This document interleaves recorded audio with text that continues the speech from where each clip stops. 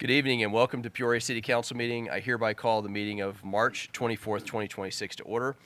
Those who are able, please stand for the invocation by Rajan Zed, the President of Universal Society of Hinduism, and please remain standing for the Pledge of Allegiance.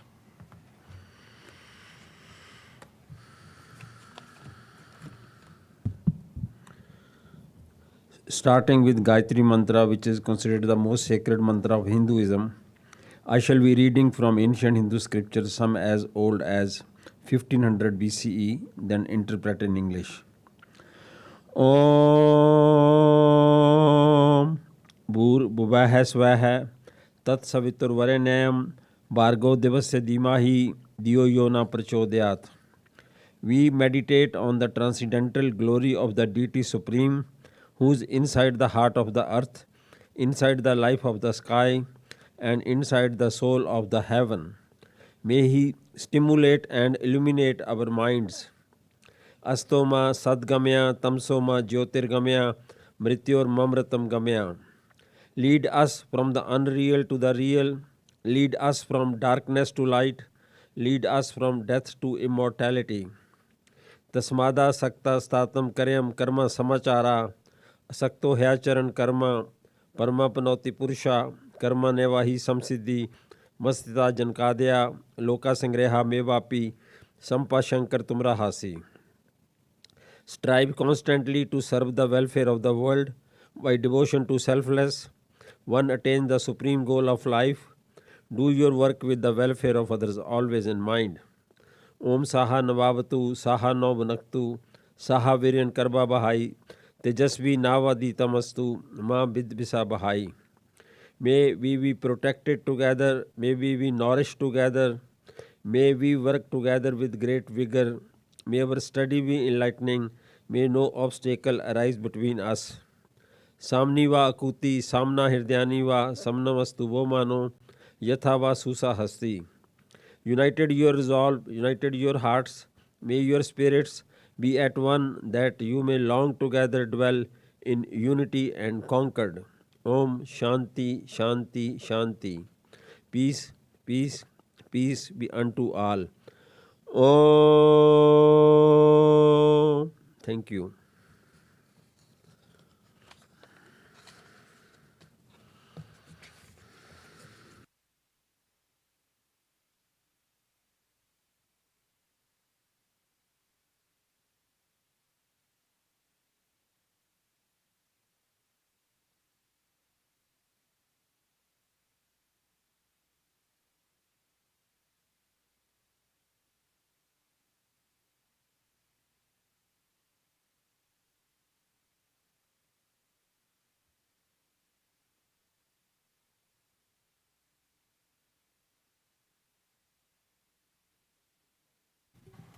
Mayor Back. Here. Vice Mayor Finn. Here. Mayor Pro Tem Bullock. Here. Councilmember Stokes. Here. Councilmember Dunn. Here. Councilmember Edwards. Here. Councilmember Crawford. Here. Council Youth Liaison Navgari. Here. Council Youth Liaison Holly. Here. Mayor Beck, you have a quorum. Thank you. If anyone would like to address the council about a matter at this time, this is the last call to submit a speaker request form, which can be found at the entrance of the room. We will now move on to the regular meeting consent agenda. All items listed on the consent agenda are routine in nature and will be enacted in one motion unless a request for removal has been received for prior approval. Do I have a motion to approve the consent agenda? Mayor, I move we approve the consent agenda as stated. Second. We have a first and a second. Please vote.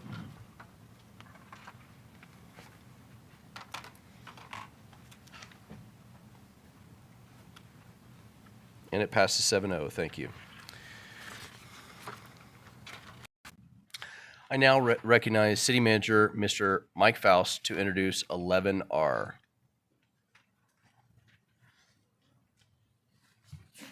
Sorry, Mayor, is that 10R? I'm sorry, 10R. I apologize.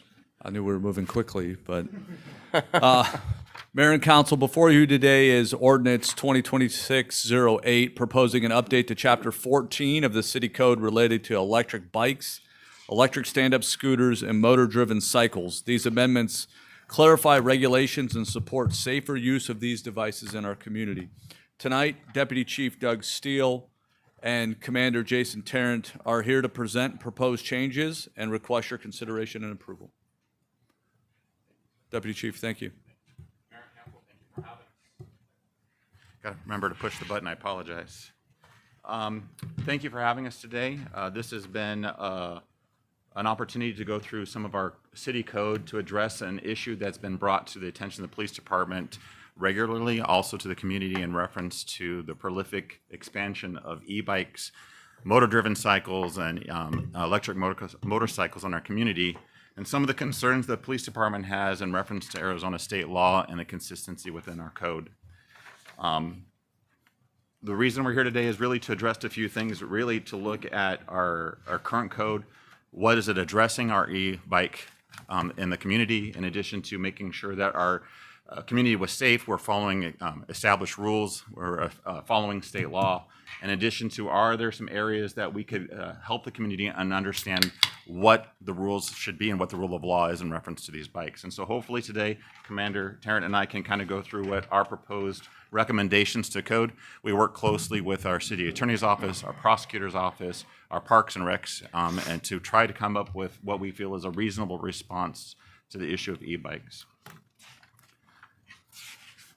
The presentation today is going to talk about establishing definitions of the prolific growth of e-bikes and a lot of the confusion that's in the community. I think it's important for us to educate our community on what these vehicles are, what an e-bike is versus a motor-driven cycle versus an electric motorcycle. We want to ensure that our city code is consistent with state law and that we are applying the law as equitably as possible around the community.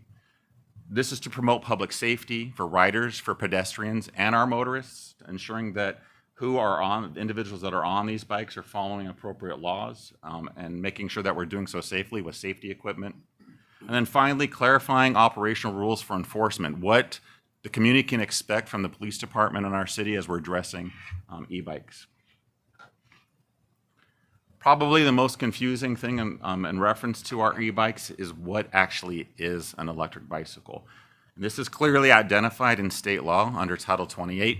And unfortunately, there are so many different types of e-bikes, it's kind of difficult to tell whether or not I'm driving an e-bike, am I driving a motor-driven cycle, what am I actually on? Some people, well, it has pedals.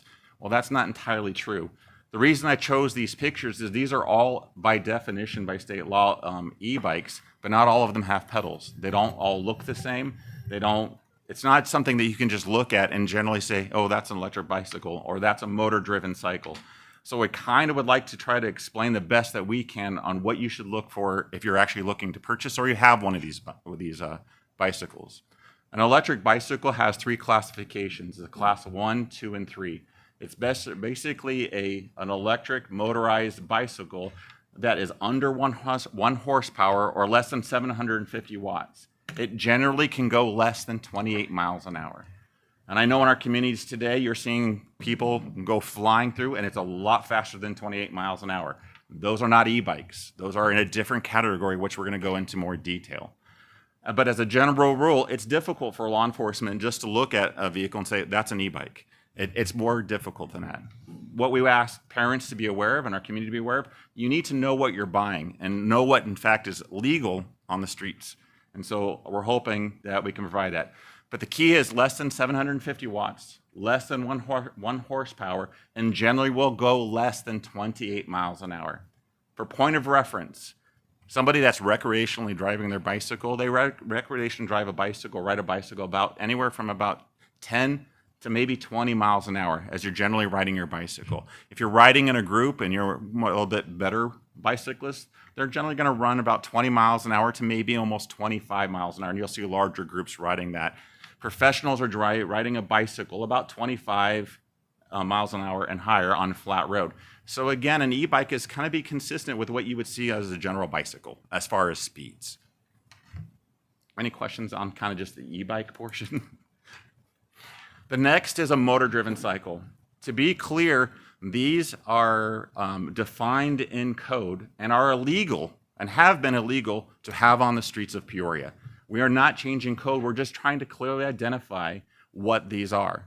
This is an electric vehicle that has more than 1 horsepower up to 5 horsepower, or from 750 watts to a little over 3,700 watts.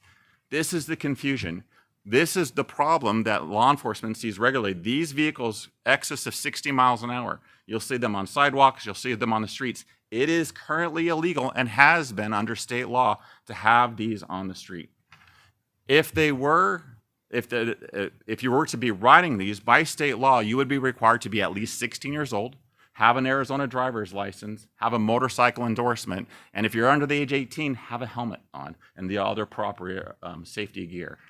Again, not currently in city code, but it is clearly identified in state law. I think there's a large confusion in the community saying and worrying about these. Their parents are buying these thinking that these are e-bikes. These are not by state law e-bikes. They are motor-driven cycles and have to follow the exact same rules as a car or an electric Tesla. Same exact rules apply. The difficulty here is they're giving these to their 14-year-old kids to ride around on the streets. And so they have to follow the Title Act.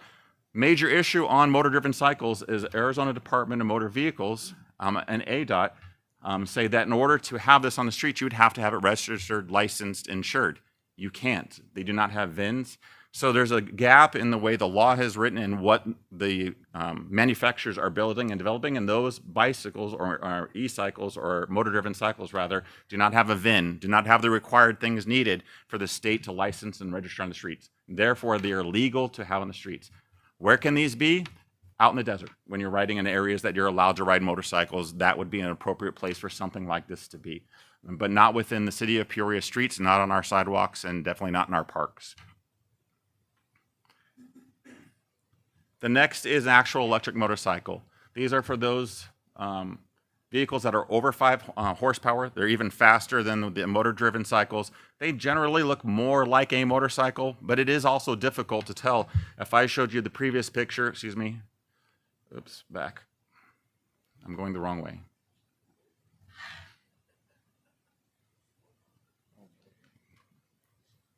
Between this vehicle and that vehicle, there's not much difference. And from a distance in a police car or a community member saying, what's the difference? It's very difficult to determine which one that person's on. A lot of it is making contact with those individuals and determining where you're at. But this one can be licensed, can be insured, and allowed, provided that you have a motorcycle endorsement, driver's license, etc. But they have to follow all Arizona revised statutes, Title 28, in reference to traffic law. Traffic law and our codes do apply to bicycles, e-bikes, motor-driven cycles. As far as what the rules of the road are, they're very, very consistent. Everybody's responsible. Again, you have the same rights as a motorist. You must obey traffic laws and traffic signals. The difficult we're having with a lot of the kids is they don't know the rules. They haven't been trained. They haven't been through driver's training. They're 13, 14 years old, riding these things and not following the general rules of the road, and it's putting a large risk to motorists and to the kids. I live in North Peoria. I've almost been hit driving in my neighborhood more than once in the last few months by a kid cutting a corner, driving at speed, not with a helmet on, and driving a vehicle that they probably shouldn't have on the road. So it's a prolific problem, and we're seeing it all over the city. Bicycles, electric scooters, e-bikes, all must yield to pedestrians. Pedestrians have the right of way on sidewalks. They must yield when entering a roadway. They need to make sure that pedestrians have priority. But to reiterate, motor-driven cycles are not illegal on our sidewalks, not legal on our streets, and are prohibited. They're not to be in the roadway. As a general rule, we would recommend that if you're driving an e-bike, you should be going with the flow of traffic. If you're on the roadway, you are required by Title 28 or traffic law to be with the flow of traffic. So it's important. Being aware of yielding to cars coming on cross streets. It is extremely important because what they don't realize is you are so much faster than a pedestrian. You're on an e-scooter, you're moving much quicker. You can be a threat, or a car can be a threat to you just because of your speed. Code changes and things that we put in code that we felt were important. One is those definitions that we went through as far as what an e-bike is, what a motor-driven cycle, what an e-scooter is. We put those within the code recommendations that are basically the same as Title 28. They match and mirror what's in current state law. We generally don't like to put exact verbiage in title or in code that matches state law, but we felt that this is so important to inform the community to be consistent that we are recommending that that be within the code. A couple other things that we put in code that we thought were very important was the safety pieces of basically being on an electric or your e-bike. First is that if you are under the age of 18, that you must wear a helmet, an authorized helmet. We felt this was vitally important to help for injuries. If you're driving at night, you must have reflectors, you must have lights that all within the same statutes that bicycles and motorcycles have in reference to current state law. You have to be visible from 500 feet, you have to have the appropriate reflectors, etc. But those are all consistent within code and what we recommend. Some prohibited conduct. You cannot operate a bicycle or an e-bike or any of these under the influence of alcohol. That is actually a criminal matter, and it states in Title 28 or in traffic law, and so that would still apply for any of these vehicles. Carrying passengers, we see this on the regular. Scooters and the e-bikes are meant for one. We see multiple individuals on those on the regular. That is prohibited conduct under the new code. Riding hands-free, also prohibited. Speed modifying, if we were to find a vehicle that by definition would be generally an e-bike, but you have modified the equipment on it to make it go over the 28 miles or increase the wattage, it's therefore out of compliance under that, and therefore it would be a violation of code. Holding on to a motor vehicle, riding wheelies, swerving in and out of traffic are all going to be automatic, what we consider dangerous behavior, and it would allow officers the right to go ahead and make the stop and be in violation of code. This allows officers to ensure basically that I can determine that I can make a stop versus me trying to determine, is that a class 1, is that a class 3, is that a motor-driven cycle. That's much more difficult versus, hey, the behavior, this is not appropriate behavior, we're going to address the behavior. And then of course using your phone on there without having a hands-free, which is the same rules that are applied to you driving a car. Prohibited locations, this is where some restrictions and stuff have been made.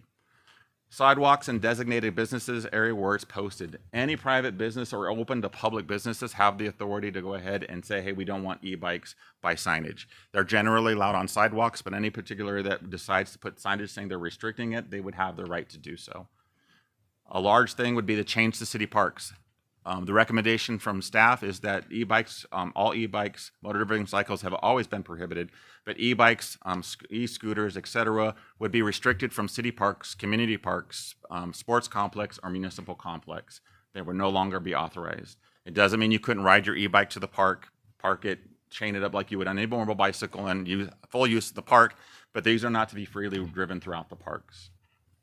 Any streets where it's posted over 30 miles an hour, if you find them on Deer Valley or Thunderbird or 83rd Avenue, they would be in violation. Electric bikes would be allowed to be on the sidewalk, but they are not allowed to be in the roadway. Again, motor-driven cycles are not allowed to be anywhere. Or any city designated unsafe roads, it's currently generally in code that way. I can't think of a city street that we have designated that, but this would allow, should the city decide that that was not appropriate, they could restrict a particular street if they felt it would be necessary. And then of course, private property without permission. The key piece here is people need to understand, we talked about motor-driven cycles being allowed in the desert. They do, if you make that decision to operate the vehicle there, which you may do, you need to make sure that you're within the law and reference proper permitting. State trust land, for example, BLM land, you can do those activities provided you have the proper permitting to do so. So we make sure that if you're going to do that, the community needs to know, or they need to make sure they have the appropriate reasons to do or ability to do that. There's quite a few changes within the code, but I think it's important that we talk about how we're going to educate the public as these changes are coming up. First of all, we have made changes to the webpage. Now currently on the police department's webpage is a e-brochure and a one-pager along with a video that talks about the changes of the code. It clearly identifies what these vehicles are and what the code outlines. So everything describes what an e-bike is, describes what a motor-driven cycle is.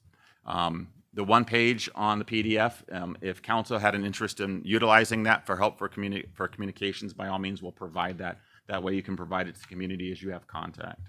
Also, there is a nice video that's on there that's linked to YouTube, which Officer Austin kind of goes through what the restrictions of these vehicles are. That would be the Peoria Focus video. We're currently working on a social media campaign where we're going to do and get that out over the next several weeks. We have scheduled press releases going out.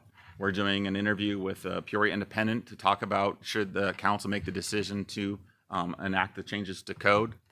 We will be reaching out with our SROs and SLOs to all our schools to provide the one-page information to our students who obviously are driving these vehicles.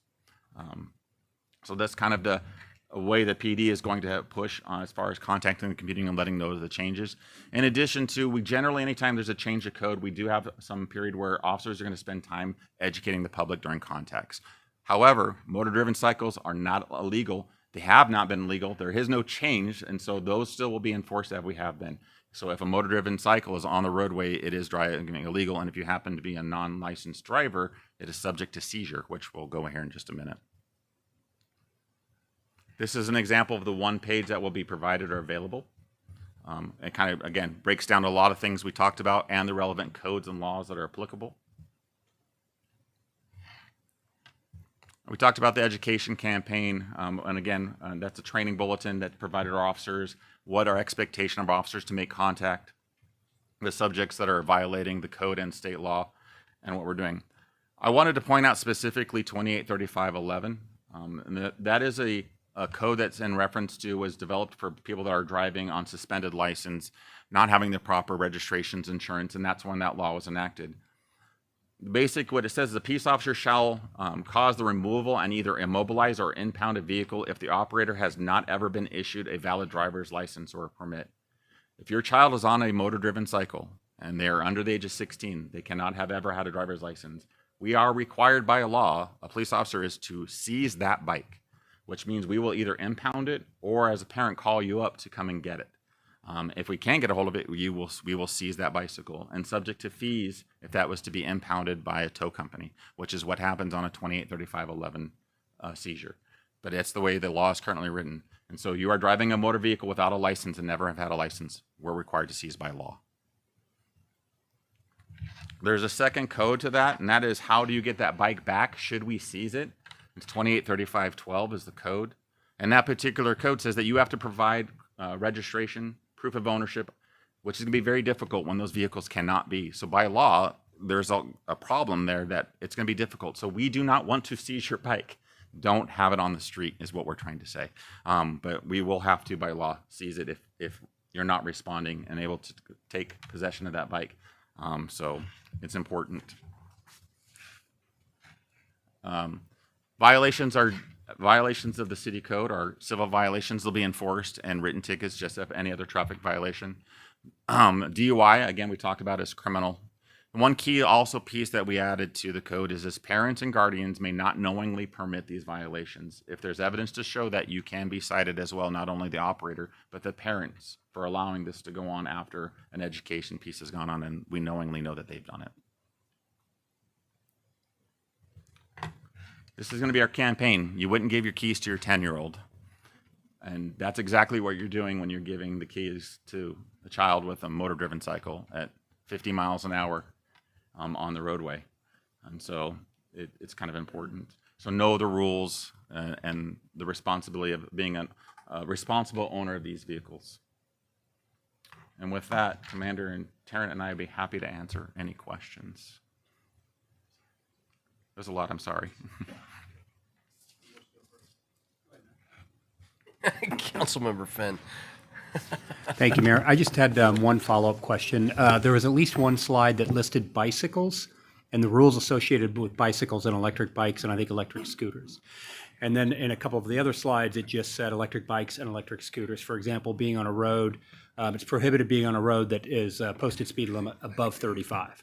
Correct. That does not apply to a bicycle, correct? That's correct. So, okay, I just want to make that clarification. Yeah, that's correct. Okay, all right, thank you. Absolutely, thank you. Councilor Bullock. Thank you, Mayor. Thank you, officers. Appreciate you doing this, and thanks for meeting with us a month ago to go through this again and get deep into the weeds. This is an excessive problem in my district in North Peoria, especially Vistancia. It's happening. I drive up there and there's, packs of young men and young women. And I was the same way when I was a kid, sure. But all the advertising, this probably sound rough, but I think it needs to be said. All the advertising in the world is great, and I'll certainly support that as I have in the past, putting that out in my newsletter and email, Facebook posts, as we all will. But the only way it's really going to get fixed, because this is a serious issue, and realistic, we're not being bad guys, bad girls. We just literally are tired of cleaning up people and getting in accidents and hurting people walking down the street. Until people get busted and they're seized, and then it filters through social media from the people with the bikes going, guys, I got arrested, my bike got taken last night, or I got pulled over by a cop last night. Until that enforcement starts happening at a rate where it gets through to the social media of young people, they go, okay, I'm not gonna even mess with that. I'm gonna play ball. No advertising in the world will work as good as that, and you know that, obviously. What is our plan for enforcement as far as, yes, you have to kind of be lenient because it's something new and get the information out. We want to play ball, of course. At what point do we become a little more firm to say, this is the law for other people's safety? You may not care about other people's safety, but we do. Ergo, we're going to start impounding and getting tickets and fines and let social media show that we're serious. At what point does that happen, if that makes sense? Councilmember, I think that the positive thing is some of that's already going on in reference to motor-driven cycles, and seizures, in fact, have happened and contacts have been made. Our recommendation to the adjustment of city code is to broaden the safety aspect, making it easier for law enforcement to identify behaviors versus us trying to identify what a class 1 versus a motor-driven cycle. That's extremely difficult. And again, we want to make sure we're making the appropriate contacts with the appropriate violators, and that we're being, we're being reasonable in our response. So I will tell you, as far as the motor-driven cycles, that's immediately. That's going on now and will continue to go on, and aware of that's priority. If council selects to make the adjustments to code, and as that happens, law enforcement, as far as the officers in Peoria, will be provided that code has changed. Training information will go out, and basically making it very clear that it's a priority of the council and our community and the police department to enforce the new rules that are going into place, in addition to the motor-driven cycles that are currently going on. My expectation from the changes that are being made is that there will be substantially more contacts being made, because it makes it much easier for law enforcement to determine, clearly identified violations of code, which were kind of absent without these changes. Thank you. Yes. I'll speak to this in a second, but I would now like to recognize Council Youth Liaison Felicia Holly to ask a question about 10R. Can all e-bikes and e-scooters be registered in order to create a safer environment for people to be able to ride them easier? It's a really good question. There's not currently a mechanism to register your bike if it's not, again, an electric motorcycle meets the definition of what Arizona registers for them. But again, I think the key piece is understanding the rules of the road, making sure that you're wearing the appropriate safety equipment, and understanding that, as much as you may have the certain rights as a rider, a motor scooter versus a vehicle, generally the vehicle is going to win. So you need to make sure that you're following the rules of the road, know what the rules of the road, and where I'm allowed to ride the electric scooter or the e-bike, I think is really, really important. But that's a really good question. So I wish there were some speaker requests around this, to be honest with you. And it kind of disappoints me that we don't have speaker requests on this specific topic, because it's clearly an issue across the board, right? And the fact that parents haven't shown up for this, kind of, in all honesty, as a parent of 6 boys, disappoints me, because it's a very clear issue across the city, so across the country. It's not just here in the city of Peoria. We've spoken about this multiple times. When we last spoke about this, we had an e-session, and before that session, we literally had an incident, I think 2 days beforehand, that fire had to end up, taking a kid to the hospital up in the Mesquite district.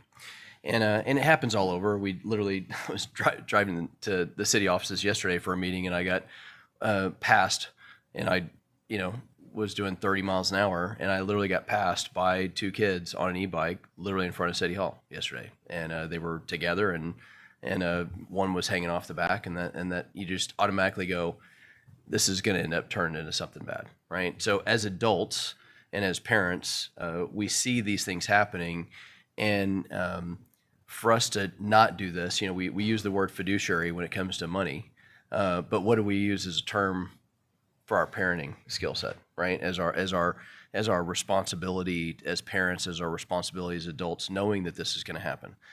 I'm 54, and I know it's very difficult to believe that I was maybe a little crazy whenever I was a kid, right? I was always on time, believe it or not, right? But you have to think about the town that I grew up in. I mean, the fastest thing I could probably drive would be a tractor, right? I mean, it's but we always took chances because you're kids. You're 13-year-old, 14-year-old, 15, 16-year-old kid. I spoke to a parent, and I'm not going to name who it is, but they're friends of mine, and they're friends of my sons. And I've got a 13 and 14-year-old son that goes to school with a couple friends that have Surons. And these are $5,000, $5,500, e-bikes essentially, right? I mean, they're essentially full-blown motorcycles that'll do 65 miles an hour. And I had one of the young men, I told you guys this story. I had one of the young men walk over to me, and I was talking to his dad, and not to embarrass his dad or anything else like that, because I'm really good friends with this guy. But it was the young man walks up, and I'm like, hey, so man, that thing looks super cool. How fast does that thing go? That thing's got to go fast. He's like 65 miles an hour. I go, are you sure about that? And he goes, absolutely. And I go, you've done that? And he goes, yeah, in a heartbeat. Like he goes, it's so fast. You want to see?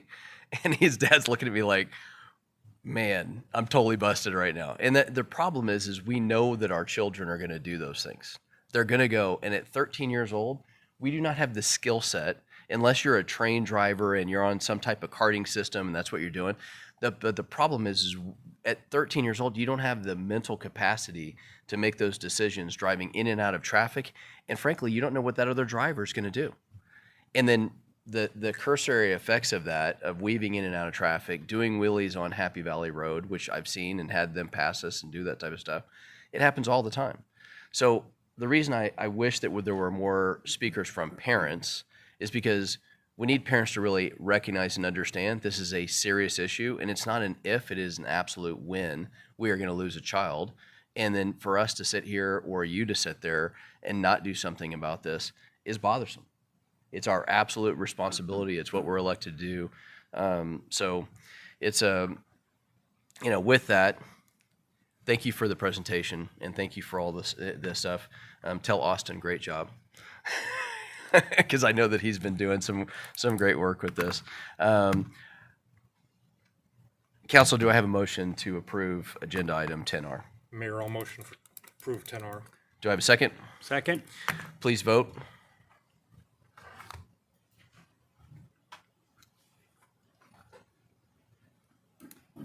Thanks, gentlemen. And it passes 7-0. Thank you. I now recognize City Manager, Mr. Mike Faust, to introduce 11R for the second time. Thank you, Mayor. Item 11R is a rezone of the Peoria Innovation Corps. Planning and Community Development Director Chris Jaquez will present the Planning and Zoning Commission's recommendation on ordinance 2026-09, a request to rezone approximately 7,300 acres of the area we know as Peoria Innovation Corps, essentially from surrounding Lake Pleasant Parkway, from Lone Mountain Parkway up to State Route 74. Before I hand it over to Chris, I just want to extend a special thank you to you and your team. You, Lori, I saw our partners with Kimberly Horner in the room. The amount of energy and effort that it's gone into bringing this matter before council, most people won't recognize, but I just want to go on a record as saying fantastic job. Look forward to seeing your presentation to council. And Chris, take it away. Thank you, Mr. Faust. I really appreciate that. And good evening, Mayor and Council. It's my pleasure to bring forward the Peoria Innovation Corps tonight for your consideration. Seems like we've been talking about this for a while, at least a couple of years, and I consider tonight really the cherry on top of what will be a very impactful project leading into the future. This goes back about 2 years ago, though, when the city of Peoria inked a intergovernmental agreement with the state land department. And what that did was two things. One, It established a infrastructure reimbursement program, and two, it authorized the city to lead a land planning effort in collaboration with the State Land Department and others, and really set apart the future for this area. So tonight, I'm going to give you a brief overview of the rezoning case that's in front of you. This has been a topic, of course, that we've talked about a lot. There's been several study sessions, both with the commission and the council. And I've also spent some time with most of you in one-on-ones as well. So tonight I'll keep it simple, high level, and discuss why this matters for Peoria's future. So 11R, as Mr. Faust indicated, this is a rezone of approximately 7,300 acres. So in relative terms, this is roughly equivalent to the size of Estancia. So it's about 11.5 square miles. The city is the applicant on behalf of the underlying landowners, which include the State Land Department, Amcor Technologies, which we sold 104 acres to in Core 2, and also the Catholic Diocese property. However, 98% of the land basis is Arizona State Trust land. So the purpose of this application tonight is to establish a cohesive master plan for this area and zoning, and we call this a Planned Community District, or PCD. Now, the PCD zoning is structured as a zoning bank, and what that means is rather than having prescriptive standards, there is some level of flexibility that's built in that is permitted with built-in limitations and guardrails. So the reason for this is that this is a very large master plan. It's going to build out over decades, and this flexibility enables the State Land Department to be responsive to market demands as they evolve in the future and meet their constitutional mission. Now, this structure that we're talking about tonight, it's not altogether dissimilar from other master plans that we have, like Estancia or Saddleback Heights, which do afford a certain level of flexibility as well. So let's talk about the PIC. This is the land area, looking at the graphic on your right, that's east of the Agua Fria River. It's all within the city. It's north of Pleasant Valley and the West Wing communities at the southern extent. It extends all the way to State Route 74 and to the Phoenix city limits on the east side. Now, nearly all of this land, as I mentioned, is state trust land, and with the exception of Amcor, which is under construction, as you know, and the White Horse Restaurant, it is entirely undeveloped. So what makes this area so important is its location. This area enjoys 3 miles of Loop 303 frontage. It's approximately a 5-minute drive from the TSMC development that's under construction. And its position provides one of the last opportunities for Peoria to grow our employment base instead of exporting jobs to other communities. At the same time, the site has real natural and physical features to contend with, features that the plan protects and works around. These features not only provide opportunities for passive recreation, but also connectivity within the larger community. About a third of the PIC isn't developable, which helps inform and shape the type and location of where future growth will occur in this area. So why are we requesting a rezone? Well, right now, when you look at the zoning, and the graphic you see on the screen is the existing zoning in place today, this whole area is fragmented and outdated. So it's mostly consists of old agricultural zoning from the 1980s and a PAD from 2000 that's in the middle of the property.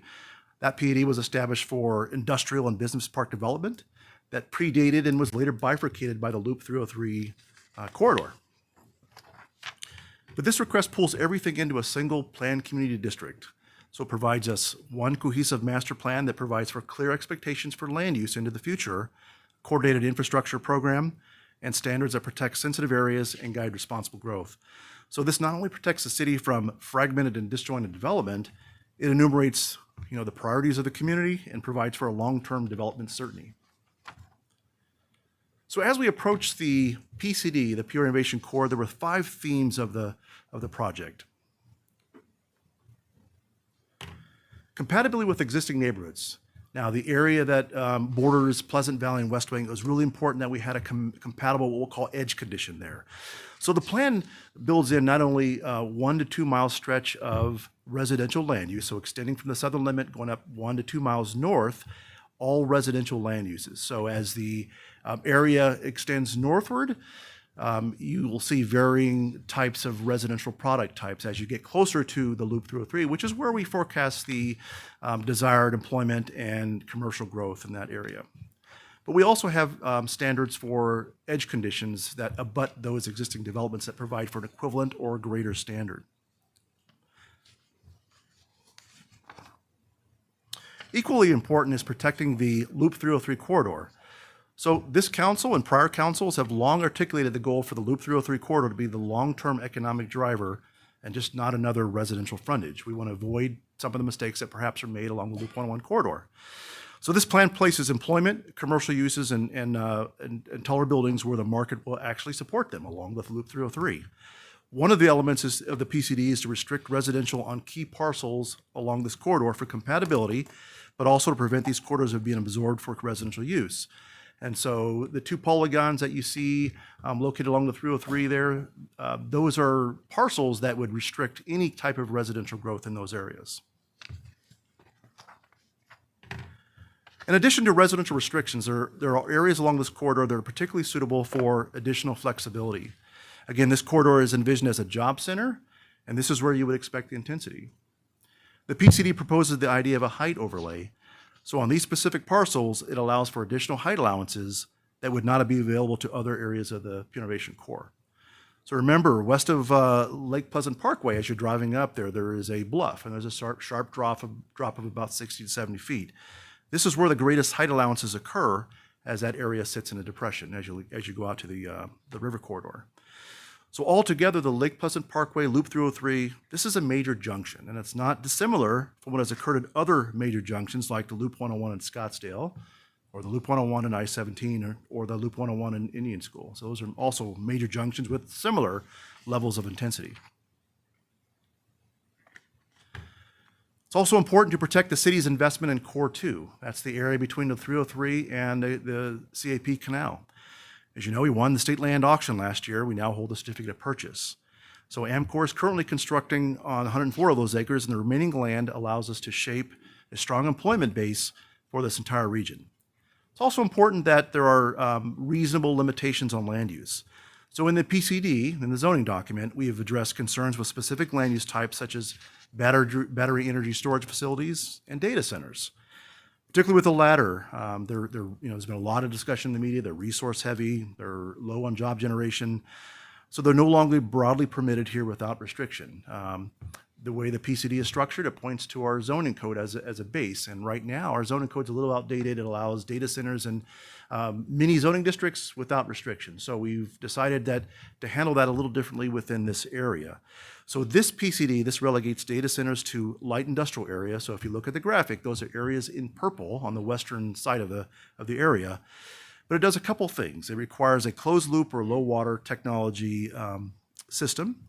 It also requires separation from residential, a 500-foot separation. But most importantly, it requires a special use overlay. And what that is that is a tool that if you have a prospect that comes forward, they would file a special use overlay that goes through the commission. It's a public review process. It eventually comes to the council. The council has full discretion on whether, they have complete discretion on whether they want to allow the data center to come in or not come in. So that's complete within that realm. And finally, it was important to have a sustainable and balanced plan. So resetting the land use balance was important, providing for a mix of land use types that not only protect the scenic quality, but also provide for reasonable residential transitions and focuses jobs and mixed use where it best meets the needs of the community, and that's along the Loop 303 corridor. Talking about community engagement in this process, the intent was really to get information out in real time as broadly and as conveniently as possible. So we started with launching a full project website, and this housed all of the project materials, notices, maps, graphics, documents. Information was pushed out through notices. We sent about 1,100 notices out within a half-mile radius. We pushed it through social media, newsletters. We worked through the council office and on-site postings. And so the website had over 3,400 visitors to it. And we got a number of questions, and we got some phone calls as well. But in addition to the 4 study sessions that we held with the commission and council, we also held a virtual open house with a narrated presentation available for review and comment. We also held a community open house at Copper Hills Community Church on January 29th. That was a great venue to hold a neighborhood meeting. We had about 42 people there in attendance. Now, the feedback we received was limited, but was consistent. The topics that I would say that we heard was to preserve open space as much as possible, avoid data centers, that was oddly specific, and also ensure good transitions next to existing neighborhoods. Those were probably the 3 largest topical areas. I believe those themes are directly reflected in the PCD document that you have tonight. Through the process, we've also received correspondence from a homeowner near the southern boundary. And so while that homeowner is generally in support of the PIC, he does desire a more expansive edge condition. Mayor and Council, finally in closing, the PIC, this is really a generational opportunity for Peoria. So this provides us the key to unlock opportunities for Peoria's future. The Planning Commission absolutely saw that and provided their unanimous support and recommendation at their public hearing. Now, this rezoning doesn't build anything tomorrow, but it does set the foundation. It ensures that we grow in a coordinated, strategic way to protect our natural features and finally move towards a stronger job space, which we desperately need in our city. So with that, Mayor and Council, our recommendation is for approval, and with that, I'm happy to answer any questions. Councilmember Edwards. Thank you, Mayor. Chris, so I watched the planning and zoning meeting and heard the discussion about the buffer between the PIC and West Wing and Lake Pleasant. I have a couple of questions. So Sure. Can you explain what the PIC is proposing as far as the boundary area? Mayor, Councilmember Edwards, thank you for the question. I anticipated this question might come up, but I do have a graphic that I showed at Planning Commission. I'll go ahead and introduce that tonight. And so when we think about edge conditions, really boundary conditions, typically when you have dissimilar uses like commercial and residential, you have a pretty reasonable buffer condition between those uses to provide physical separation. Here what we have is residential, future residential that'll be adjacent to existing residential. And so when you look at the current zoning, and if I can just to direct your attention to the gray box in the upper left-hand corner, the current zoning today allows for a 30-foot maximum height and doesn't require any buffer condition. Now, what we're proposing in the PCD, and particularly for those southern three parcels, NO and P, we're saying a couple things. One, you can only have detached single family only. We are requiring a 30-foot buffer because that is evidenced in one of those conditions along there. And we're requiring a 30-foot maximum height, which could be 1 or 2 stories.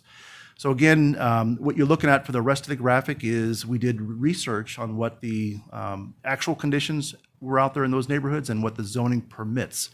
And so just working myself from left to right, Pleasant Valley, there is no buffer. Homes are right on the property line there. Zoning allows 1 and 2 story, and homes are also 1 and 2 story.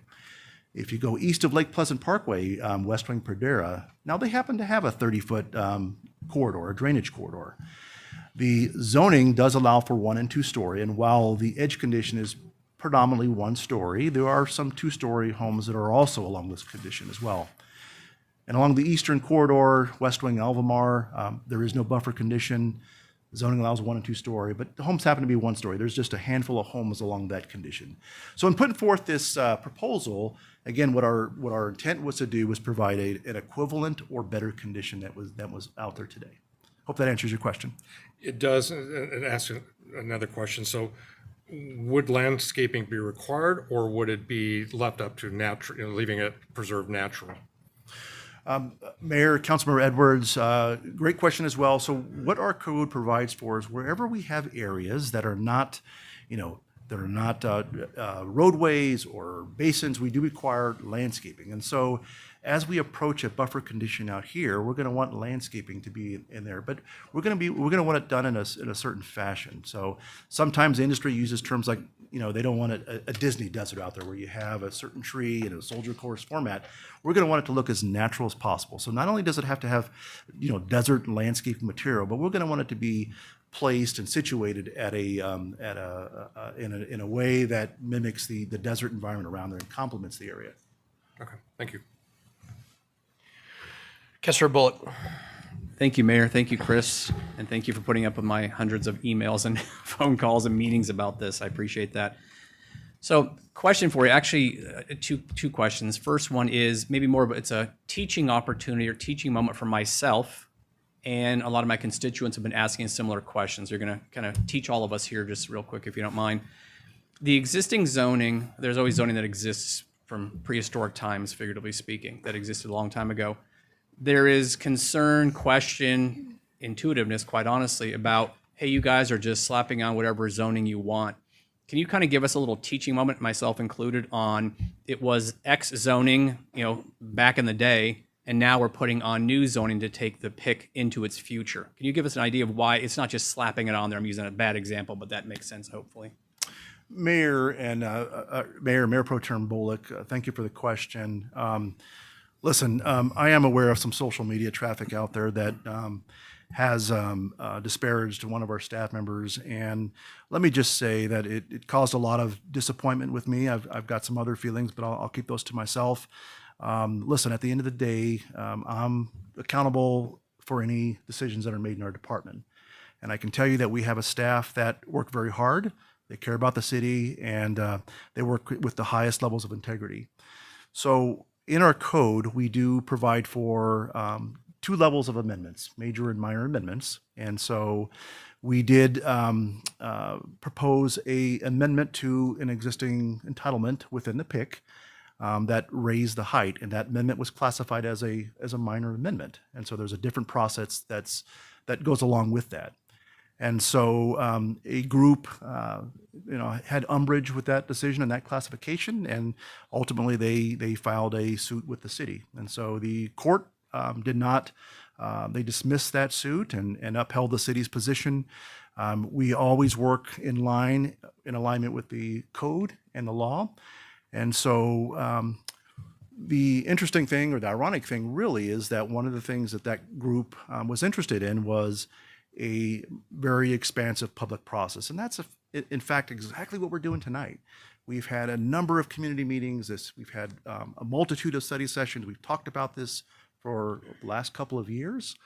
And what this action does tonight is it will replace the existing zoning. So whereas you have zoning with standards in place, the purpose of this whole thing, the nature of a rezone, right, is to lift and replace the existing zoning that's in place. So all the existing zoning that's in place today, if the council votes in favor of this action, it will be of no consequence. Now, it's no different than other communities that have gone through rezones. I'll think about Sonoran Mountain Ranch or West Wing.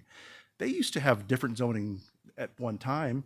A developer came forward, they had a different idea for the project, and they debated with the community, and what resulted were different standards and different land use types. And that was a rezone, and that's the nature of that. We've done everything that our code and state statute requires us to do as part of this process.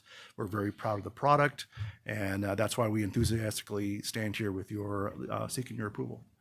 Great. And then the second part of that, and you answered part of it just already, but the idea, we're in essence starting the PIC, these 7,000 acres.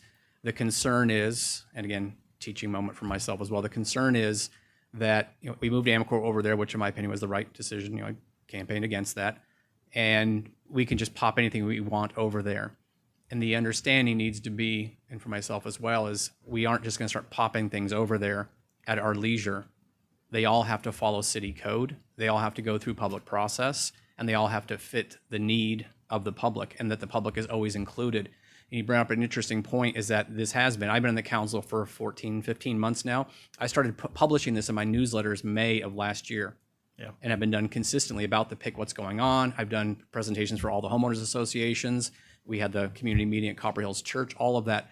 As new opportunities come along in Core 2, Core 1 for that matter, how will that be presented? Will those require, like they do now, new home development requires planning and zoning, requires permitting? Just finish up, if you would, of how the process is going to happen as new things come online, so constituents don't think maybe that we're just popping stuff up and kind of making it up as we go along, for lack of a better term. Mayor Pro Tem Bullock, a great question with that as well. So with this rezone, what this PCD establishes, it establishes the allowable land uses throughout all the parcels within the PIC. It also establishes the development standards. Development standards include things like building height and setbacks and landscape requirements. It also points to other ordinances that we already have in the code to deal with wash conditions, hillsides, cultural areas, those kind of things. So that's all a bundle of regulation that would apply to any future development here. So if we're approached, let's say land is auctioned off, let's presume it's residential, and that party comes in, there's a process, a preliminary plat process that they would go through. It's administrative, and our objective there is to ensure that their plans conform with the zoning that we establish. They meet all of the land use and development standards that would be established with the PIC. Now, there's also a public side to that too. We do provide notification to the public, and not only does it tell them that, hey, we've got a project in, but also invites them to come into the city, look at the layout, look at how things are oriented, and certainly provide your voice. I mean, I've seen projects shaped and changed as a result of that public testimony. So that's all part of the process.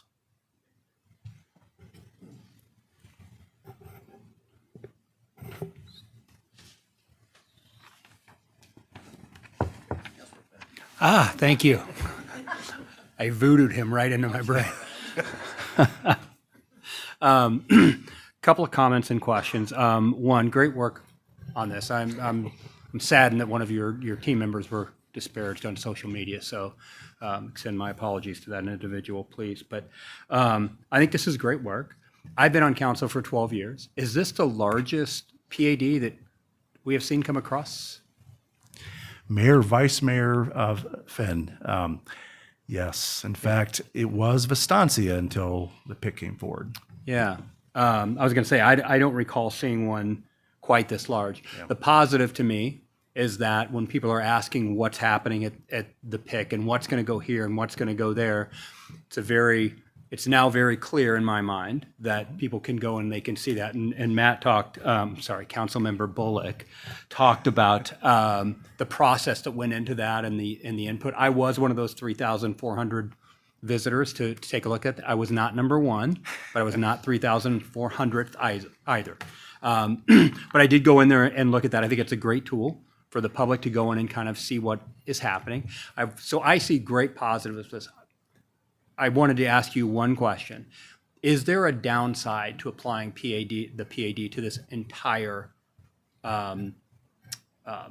parcel of the 7,000 plus? Is there any downside to doing that? I see upside, but I'm asking you from my blind spot, is there a downside to this?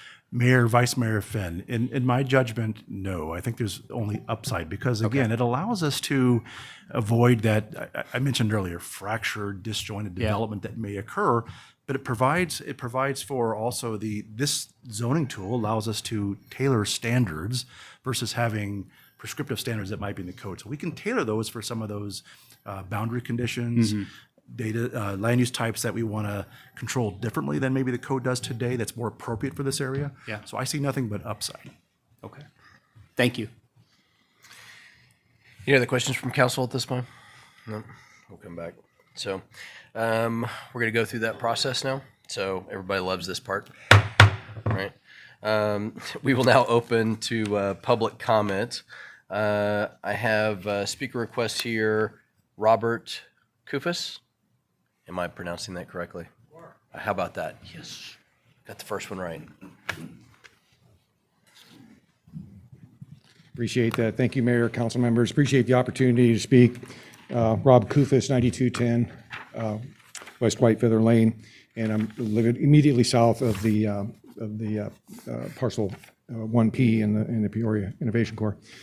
And my wife and I are very supportive of this effort. It is unprecedented, as was just kind of pointed out. And when I look at the mix of land uses and specifically the ratio or the density for the property immediately to the north, it's exactly what I would envision for that property. And so there's never been any issue with that at all. It's no secret that I'd been a little bit concerned over the edge treatment. And just to, I really don't want to beat a dead horse or belabor it, but just to be clear, it's about how that edge condition functions. It's not just a matter of how wide it is or the relationship to the buildings to the edge or any of that. It's what kind of amenity value does it bring to both communities, both to the community in 1P and as well as West Wing. And to the extent that I failed to communicate that, that's on me, and I apologize for that. All that having been said, I'm actually very encouraged. I've recently learned that there might be an opportunity to actually have conversations with the end developer and regarding that edge condition and to be able to maybe shape that and have something that's going to be good for both communities. I do want to take a moment to thank Mr. Hawkes and the State Land Department for their work and their patience. through all of this, as well as the Planning and Zoning Commission, because they've done a really remarkable job. And so with that, I will conclude my comments, and I'd be happy to answer any questions. Thank you for your comment, sir. Mr. Paul Gilbert.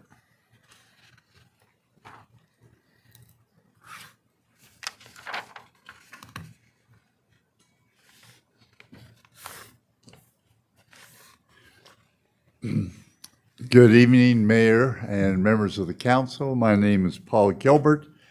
I'm here and my address is 701 North 44th Street, Phoenix. I'm here on behalf of my client Virtua, who owns 2 parcels that are directly adjacent to Core 1. These 2 parcels are in private ownership and they are not part of the PIC overall. They were not included, and that's no big deal, it's fine. But we wanted to go on record as pointing out to you a couple of unique things about these properties which we want you to be aware of. First of all, we own a 144-acre parcel known as Peoria Lakes. That's the artificial lake that's there.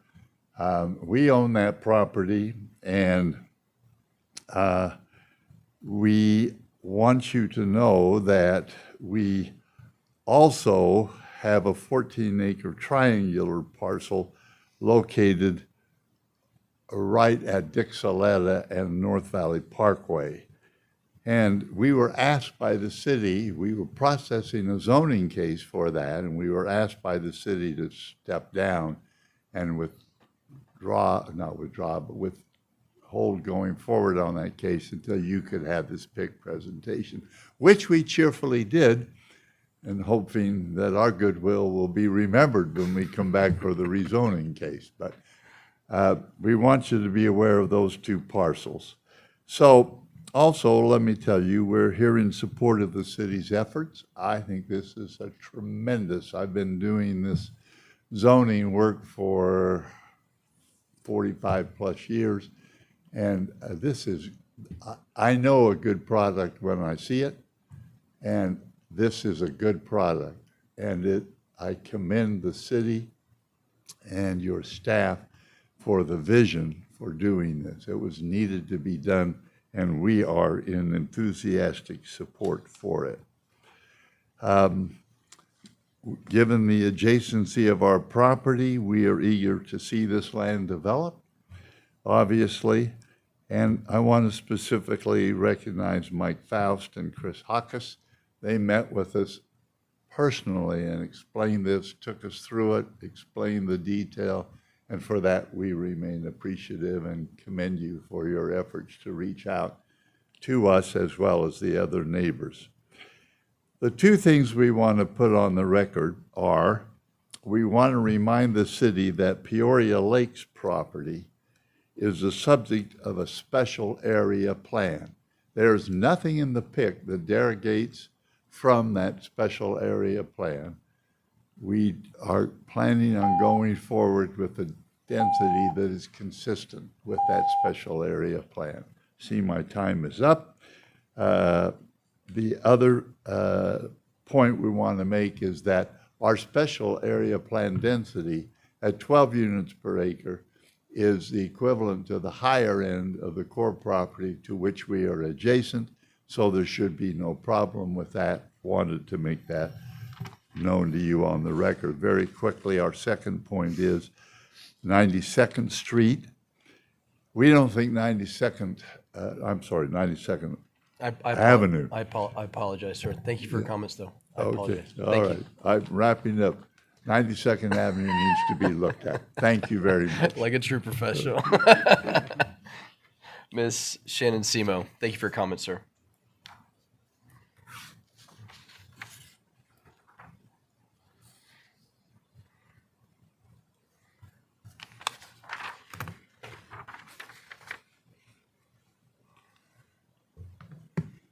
Hi. I'd like to start out with just pointing out that Lake Powell, the reservoir, is about, both of our Lake Mead and Lake Powell is at 37% in that reservoir, just so everybody knows. The second thing I'd like to say is that it scares me a little bit when Chris says there's no downside, because everything always has a downside, dude. So I feel like we don't need to force Arizona or Peoria into becoming a semiconductor powerhouse, but you guys have already heard that. And so I would like to just basically explain my portion of what I think is going on. But the water and the rain is very unpredictable, and because of those things, we're here at the Peoria Innovation Corps.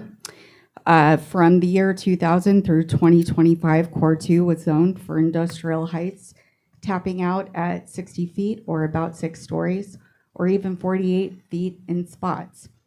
That's what thousands of us bought into when we moved to North Peoria. Low-rise buildings, preserving views of the Bradshaw Mountains, not towering buildings, or factories for that matter. Then, when the city celebrated landing AmCorps, a non-elected official, or staff member, excuse me, doubled those heights with a stroke of a pen to the stroke of the pen to 90 and 120 feet. State law and city code require open meeting processes for zoning changes over 10% in height, density, or use. That didn't happen. These shifts were mentioned at the August 2025 council meeting, nor was it it was not mentioned, nor was it posted publicly on the city's website until 40 days later.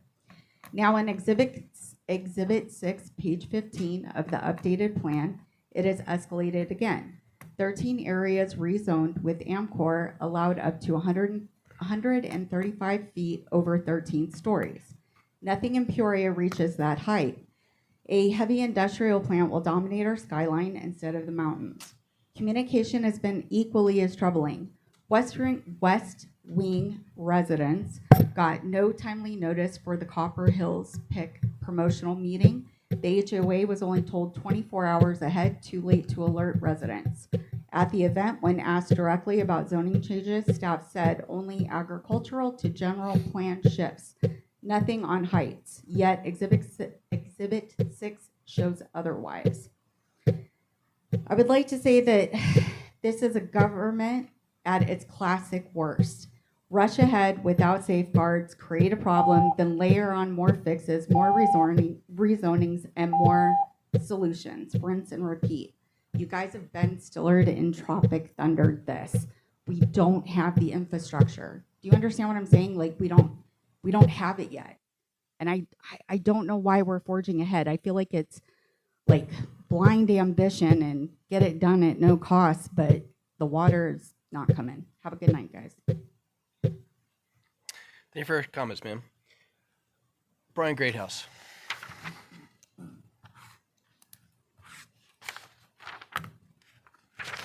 Hello, Mayor, members of the council. It's been a while since I've been out in Peoria. Great to see some friendly faces. Great to see that you still have the liaison program. I remember watching my daughter sit up there at one point, and I was very proud of her. And I'm happy to report she just graduated from Duke University, and she's working in Manhattan. She started right there, so you guys have a great opportunity. I'm here tonight on behalf of the Catholic Diocese, who owns parcel 2J along AmCorps Way. I couldn't be more complimentary of the communication and the collaboration between Mike and Chris and Lori throughout the process, sharing early drafts of this PCD, getting the church's input on what their asks are and what their wants are and what's important. They considered everything we asked for. They were very thoughtful about telling us yes to some things, very thoughtful about saying no to other things. So I think it's a very well thought out development. The church is supportive. And I also want to say I'm very proud of the leadership of this council, because it took creativity, it took ambition, and it takes future infrastructure to get this thing built. And I know all of that has gone into this plan. Thank you very much. Have a good night. Thanks for your comment, sir. We will now close public comment. Council, do I have Council, do we have any other further questions or comments at all? None? See none. All right, council, do we have a motion to approve agenda item 11R? Mayor, I move we approve 11R as stated. Do we have a second? Second. Council, please vote.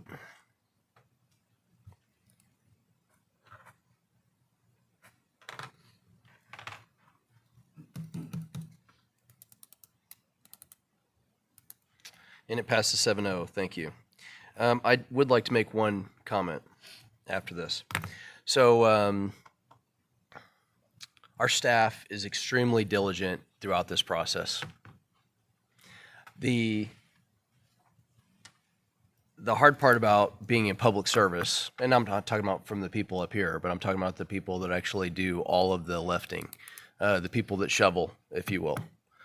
It is extremely bothersome that we would have citizens attack someone for actually doing their job on a daily basis when their job is to serve the public. I can understand conspiracy theories and all this stuff abound whenever they go through this process. And I was actually reading some of the comments that were actually sent previously. And, I could tell you that nobody's doing this job from a public servant standpoint of trying to actually line their pockets or get wealthy or pad their pockets is what I think the comment was. It's a moronic, and I'm going to use that term for that person that actually typed that out. It's an absolute moronic comment. And the person that actually has come here a couple times and actually would make a statement like that and talk about how much they're a Christian and talk about how all these other factors, and then to still make a comment like that on social media shows the true nature of that actual person. So while staff won't call it out, I will call the BS on that out. It really is bothersome. There's not a single perfect person on this planet, but the fact that staff goes and works hard and diligently to try to do the right thing at the right time, to try to make all these efforts for the citizens, and then one person or two people or a group of people get on social media, maybe that's the problem. That's the challenge. It's not my 13-year-old, 14-year-old that are on social media. It's the problems that are in the retirement communities that actually can't shut their mouth. It's pathetic. So I would challenge somebody to actually look at their true nature of making those types of comments. And I want to say to you, Ms. Stever, I apologize for what people make those comments. It really is bothersome. It is undeserved. What is deserved is the actual true nature of our appreciation towards city staff. We know how hard you guys work.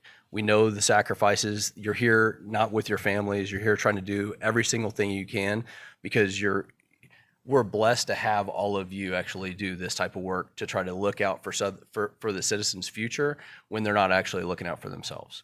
So please don't take their comments too lightly because they can't help themselves, unfortunately. So thank you for staff for doing all the work that you're doing.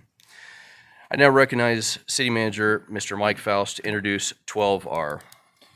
Thank you, Mayor. Thank you for those statements. 12R, this development agreement for Opus Development Company for industrial development and economic growth. Economic Development Director Maria Lochner will now present Resolution 2026-47, which would authorize the city to enter into a development agreement with Opus Development for sale and development of 12 acres on city-owned property in the Peoria Innovation Corps. This agreement supports industrial development and economic growth within the PIC. Maria will walk you through all the details, and Maria, please take it away.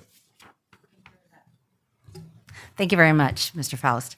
Good evening, Mayor and Council. It is my privilege to be here tonight to present to you the first development agreement for a parcel in the PIC since we did our deal with Amcor back in August of last year. So just by way of a brief background, you heard a little bit from Chris already. You know, we won the auction last August, 834 acres. We successfully completed the land swap with Amcor, and they're actively building on their 104 acres right now. And since that has all been established, economic development has been able to take a more earnest and deliberate approach to how we market the remaining 730 acres to find additional and grow marketing, manufacturing employment in the PIC that will complement what we already have. So when we started this approach, this marketing approach, we decided we wanted to take a very deliberate effort and focus on 4 different criteria. What are we looking for this land that now the city owns? We decided that we needed to focus on technology, so we wanted to work on projects that were technology-minded. We wanted to focus on high-wage jobs in advanced manufacturing industries, specifically in the semiconductor supply chain. By doing those 2 things, we knew we would be excluding certain projects, such as warehousing and distribution or large-scale data centers, things that do not meet those goals. They don't create jobs, they're not focused on they're not focused on technology. We also wanted to target development partners that were more community-minded. So they would be focused on next-generation talent development, for example. How would they partner with our high schools, our career and technical schools, our post-secondary schools, so we can grow the workforce that Peoria is looking for, and quite honestly, the world is looking for in the 21st century. So with that, we decided, okay, what else do we want to do? We want to grow the current ecosystem. So we've been blessed with AmCorp. TSMC is right on our border. How do we leverage those assets? How do we move forward with that? So with these 4 criteria, we set out on our way, like how do we market this land? How do we find these people? But a challenge has arisen in various discussions with TSMC, AmCorp, GPEC, ACA. We learned that the companies we were targeting most likely would be looking to create a foothold first. So, they weren't going to be building a gigantic fab. They needed to move into space that already existed, a kind of a walk before you can run mentality. Well, unfortunately, Peoria does not have an abundance of industrial property. So we were very pleased when we were presented with a proposal by Opus Development to build speculative industrial properties on 12 acres just north of AmCorp. They're looking to build 150,000 square feet of industrial spec that would be flexible enough to devise down to smaller tenants, so you could have multiple tenants in the same building. We thought that would be a great approach for a landing spot for some of these companies that we're trying to approach. Additionally, Opus has agreed to our terms. They have agreed to pay the fair market value that was appraised at $15.40 a square foot. That would be a total of $8.18 million into the city's coffers, specifically the PIC revolving fund when we close escrow. And Opus also agreed to, I would say, fair, but also efficient and expeditious performance milestones. So their schedule of performance for completion of the development starts in as little as 60 days. So 60 days from execution, they need to submit a site plan. They've agreed to work with us jointly to ensure that we can get through site plan approval in 6 months after that, and then have completed construction 23 months after that. We also agreed with them, and in the agreement, we are offering a purchase option on the adjacent C2 parcel. So as you see in the map here, where it says Opus is what we call C3, that is the 12.2 acres that is for the current spec development. But the option to purchase a parcel C2, an additional 12 acres, is a benefit not just to them, but also to us. They have agreed over the 3 years that they have the option. They will purchase it at the fair market value. And by doing this for the city, we are taking away some of the risk involved with potential users that want to come in that don't fit into the 150,000 that they're building on C3. What if we get a bigger user who wants bigger space, or they need to build the suit because they need a special product? We now have Opus at the table, so we've taken away all of the risk and negotiations with that. All the terms have already been negotiated. So we're able to move fast to meet the market demand. With that, I want to take you to my recommendation, but I thought I should ask if there are any questions first about this project.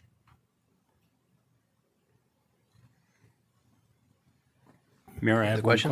Councilor Yeah, Finn. I have one question. Thank you, Mayor. Having a little trouble getting the attention on the right side down here. Could you help me? I read through this and I see the terms up for the option, the 3% and the 8%.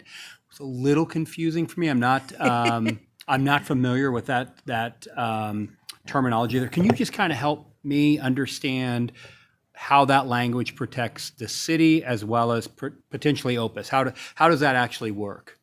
Sure, Mayor, Vice Mayor Finn. It is a little bit confusing, so you're not alone. I appreciate you validating yes, that no, for me. absolutely. What we are trying to do with that is set a floor for valuation as well as a ceiling.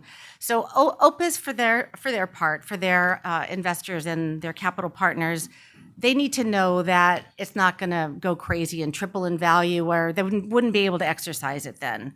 So we gave them an 8% a year over 3 years for a total of 24% above the current rate of $15.40 a foot as a ceiling.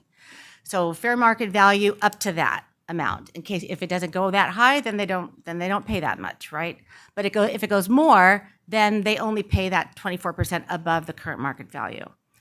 The 3% is protecting the city. We know that we have carrying costs. We have other fees and things that we have to manage as we are holding on to the land for them, and they understood that as well. So they agreed that they would give us the benefit of the doubt, saying that at a minimum, even if the value were to go down, we would get made whole with that 3% increase. So at a minimum, the value of the land would be either 3%, 6%, or 9% at the end of year 3 above the current land value. Does that make sense? Yep. Thank you. You're welcome. Appreciate that, Mayor. Just Yes, Chris, Bullock. is there more to a presentation to ask questions later, or is this it? This is it. Sorry. Okay. Oh, you I'm fast. want to make sure I didn't want to miss anything. It's okay. Yes, Councilmember Foley. I just like how he used jazz hands at the end. I know, when he yeah. was asking the Hey. question. Yeah. Okay. I know my wife makes fun of that too. And just, next year when you're not here, you're going to miss me asking questions on every issue because I want to know. I was the why kid when I was younger. Never grew up. So since this is my district, hey, Mesquite, yay.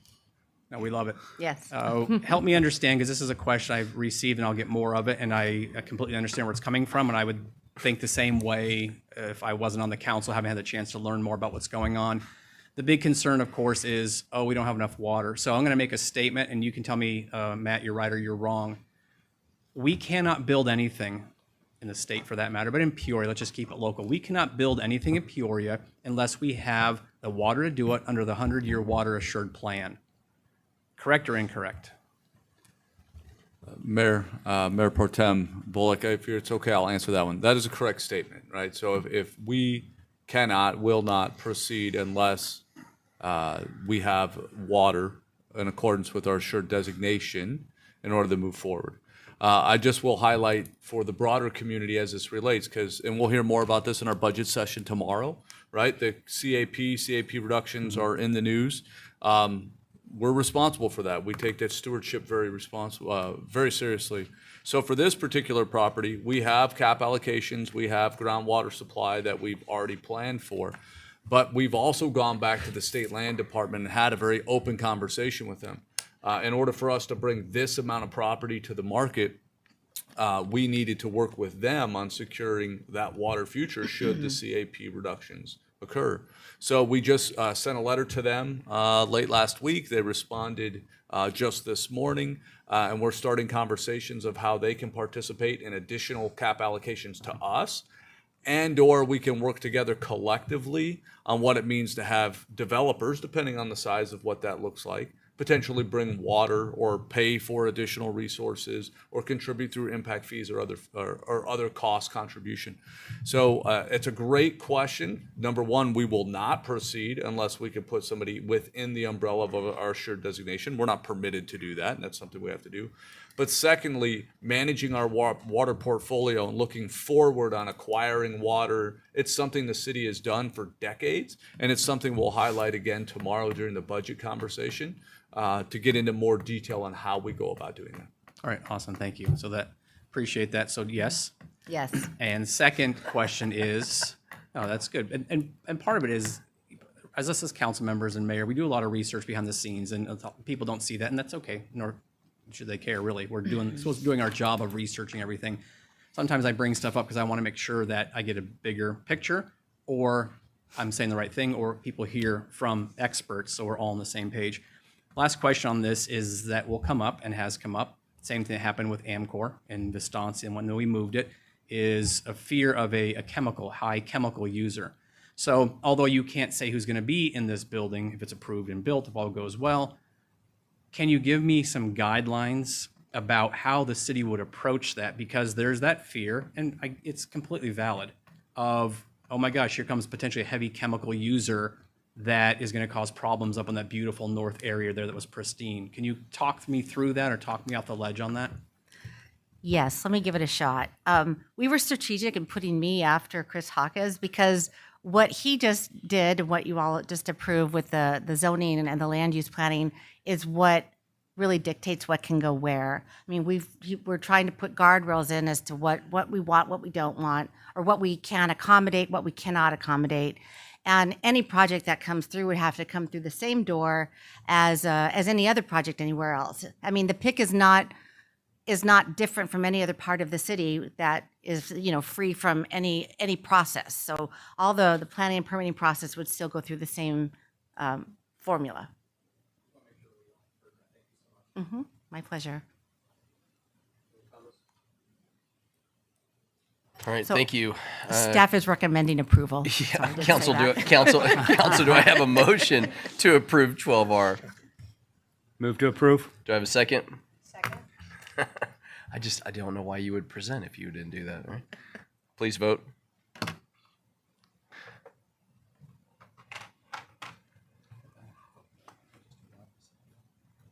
And it passes 7-0. Thank you. I now recognize City Manager Mike Faust to give his report. Thank you, Mayor. It's coming at some point. All right, thank you for the opportunity. Just a couple of things to note as we wrap this evening. The next 2 days we have on your agenda. We're hopeful we can get it done in one. So March 24th, 25th in this room from 4 p.m. to 8 p.m. will be our annual budget study session. We'll go over all aspects of the budget, the operating capital side. We will definitely get into the water conversation. So we look forward to seeing and spending that time with you and answering all your questions. I did want to highlight some upcoming events. We had a video during the last council session, but some of these things fall before we meet again. So I just wanted to highlight a few things. One, the Spring Serenade Series starts, so you have your first events happening as early as March 29th. Outdoor concerts at Paloma Park with a different musical genre featured each week. So the first group up on the 29th is Western Fusion.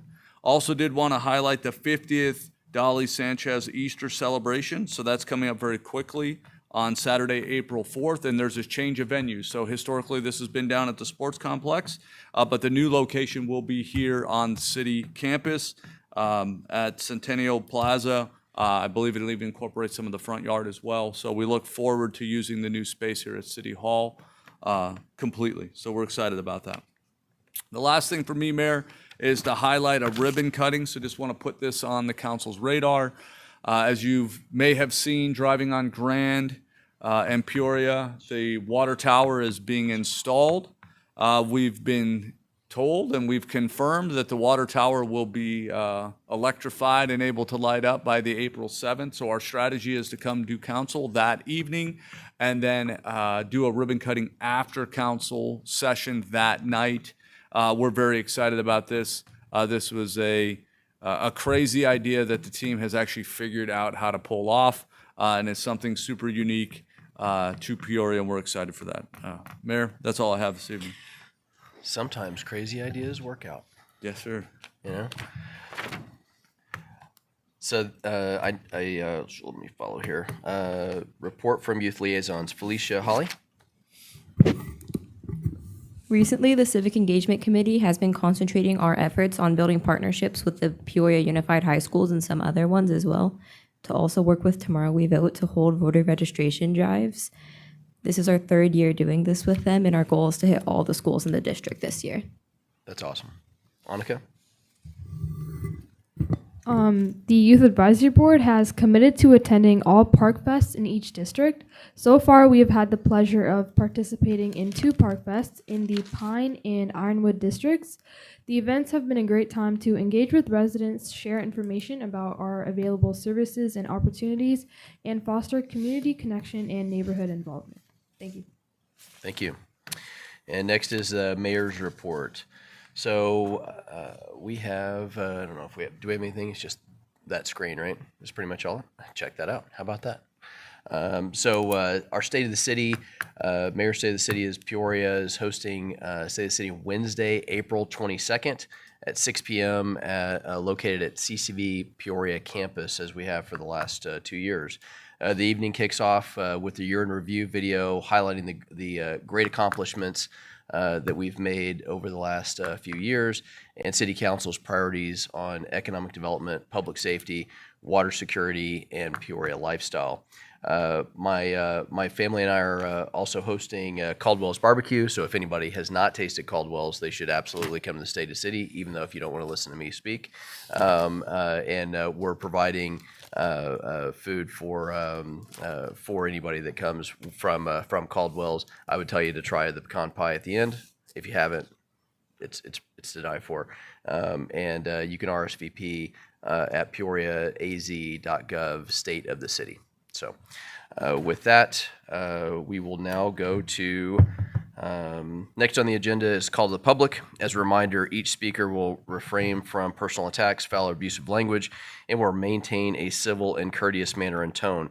Members of the audience shall respect the rights of others and will not create noise or other disturbances that will disrupt or disturb the meeting. We have one speaker's request from a Justin Hasty. That was close. You have 3 minutes, sir. Yeah. Let me get my stuff together here. Anyways, I'm here to propose. Good evening, guys. Anyways, I would like to find where I was. I want to start an academy. So, and it's a cohort. Let's see. If you look at my cover page, I'm looking to start the Master Mechanics, Bone Mechanics Masters Guild, and be a co-part with the city. I've been in business since 2017, and I've been a fabricator, and I've been in Peoria since 2001, and it's my home. So, and I'm just going off the hip. So, I've educated a lot of kids. I'm captain of the neighborhood block watch in Crystal Cove. So there's 165 homes there, and I've been living there since 2014. Anyways, I got a lot of community relations and stuff like that. So I've helped educate kids, troubled kids, and things like that. So I would really like to get involved with some sort of grant funding to educate the kids and also give back to the community by educating these kids to not just kids, but troubled people, people that don't have the money. Let me pause you for a second. You can stop the clock. What kind of education do you provide? Well, it'd be welding, mechanics, and that's why I was hoping to partner with the city. I mean, I gave you guys the book, so I don't know. I have a whole thing, but I'm a little nervous. So, at any rate, So what age do you actually provide the welding classes from? Well, that's at what age? Yeah.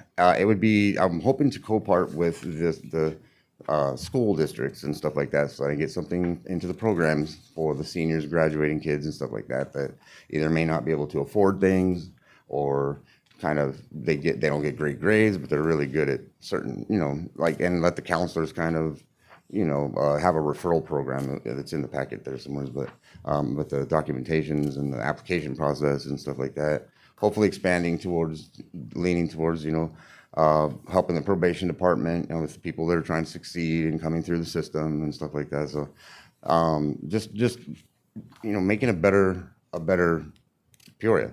So, and today for tomorrow.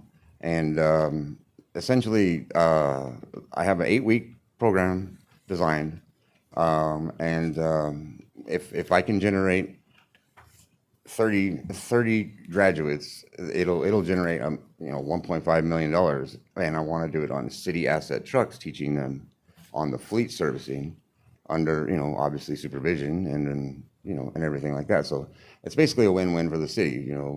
Bringing up the the people and creating jobs and careers for the, and then there's also the payback agenda because it's a nonprofit. So $15,000 is, their 8-week course thing. And over the next 5 years, it's a pay it back model that I've created. So over the next 5 years, 1 year, once they graduate, they can get their stuff together and go on and do what and it's already a working model. I have success stories everywhere. Anyways, they go on and then they have their year, and then on the 366th day, they have to come back for one 40-hour work week for 5 years. So every year they have 40 work, and then they educate the people that come on. Awesome. So then, therefore, it just kind of, it's a self-revolving model, you know what I mean? So that they come back and educate, and then they can do their labs and stuff like that, and so on and so forth. And it just kind of keeps going on going. And it keeps them here in, Peoria. Great. And then it's to evolve the industry. And Thank you for your comments, sir. We'll definitely, I'm sure everybody up here will actually look at the packets. Okay, yeah. Staff will actually speak with you after this because this is a program that's much needed in not only our young youth, but also in just general society, welders. I know I need welders. A lot of people need welders in this. So thank you for what you're doing, and thank you for pouring back into the community as well. So, Yeah, but staff will actually, we'll have a couple different people talk to you afterwards. Okay. Okay. Thank you, sir. All right. So obviously, I'm gonna, whenever I go off the clock like this sometimes, one is it's because I want people that are actually adding positivity in something like this, which is exactly what you're doing, sir, to our community. For me personally, and I think for a lot of staff up here, this is exactly what or a lot of council members, but also staff, this is exactly what we want to see in society, right? So thank you for doing what you're doing. Somebody will definitely talk to you afterwards. I promise you, sir. But it is, the barrier of the clock and trying to time somebody when they're actually trying to give grace and goodness in society. This is exactly what we should be up here talking about. So thank you for what you're doing. I'm going to say this again to staff. Thank you for doing what you're doing. Can't even be prouder of, or couldn't be prouder of everything that's going on. I'm really looking forward to these other council meetings coming up with I saw the council chambers today, and if you haven't gone over there, you need to. It's absolutely going to be amazing, and that's in the next 30 days as well. So thanks for doing what everybody's doing in the city. It's very meaningful from every aspect. So, and with that, we are adjourned.